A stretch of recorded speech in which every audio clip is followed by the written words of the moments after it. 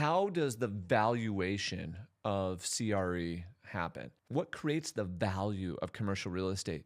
So what creates the value in commercial real estate is what's known as the net operating income of the asset.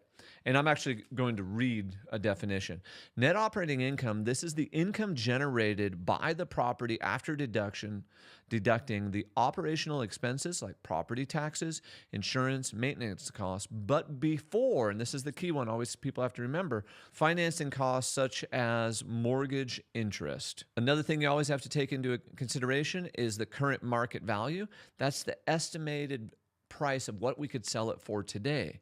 Because what this does is this allows us to now talk about cap rate. So the cap rate is the key metric that's used in commercial real estate to estimate your potential return or your ROI for a property. It gives people a quick way to just make a quick glance to see if, oh, this is an asset I would consider looking at. It reflects that relationship between the net operating income and the market value. A cap rate, what it does is it essentially tells you what's my return or my annual return that I can expect to receive on my investment in this asset expressed as a percentage. So the formula for a cap rate is cap rate equals the net operating income divided by the market value. Now, if you don't know the market value, you make that one up. Or if you're going to repair the property or do a value add, you assume the finished value there, because you can have a starting cap rate and a finishing cap rate in something like a multifamily value add. So we're going to do some math. So I need you to math with me. In this example, let's assume the net operating income is $100,000 and the current market value of the property is $1 million. So cap rate equals net operating income divided by market value. So to figure out the cap rate, we take the $100,000, we then divide it by the million, which gives us 0.1. And then in this case, 0.1 is of course 10%, times it by 100. This means that if an investor purchased this property and it was providing, regardless of debt, and it was providing $100,000 a year in net operating income, that this would be a 10% cap rate. This would be a phenomenal deal. We would buy this all day, every day, and investors would throw money at this like crazy. Let's go to reality. Okay, this is what's actually happening here in the Seattle Metro. These are real numbers. An example cap rate in our metro used to be, for that same commercial asset, was probably a 4 cap, as debt was really cheap over the last few years. So 4%. 4%. Yep. So you would take your $100,000 and now divide that by 0.04, which would give us a market value of $2.5 million. So notice how geography and cap rate really weighs in.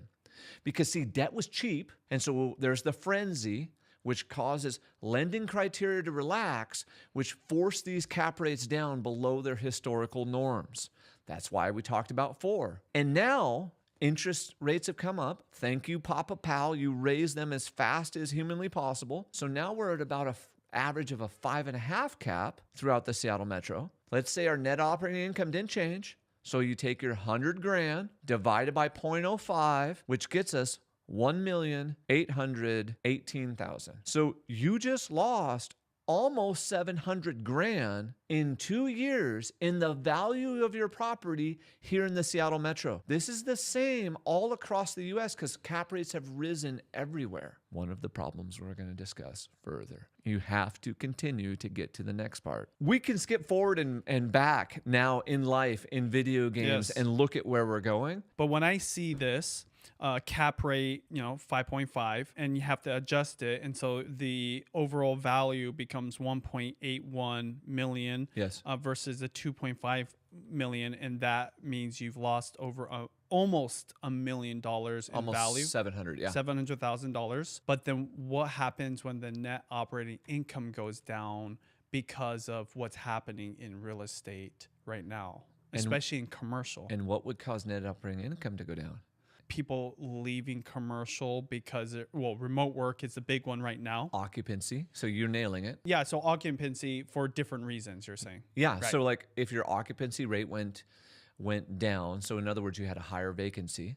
So if it's an office building, and there's some numbers later in here, but we'll give you a spoiler.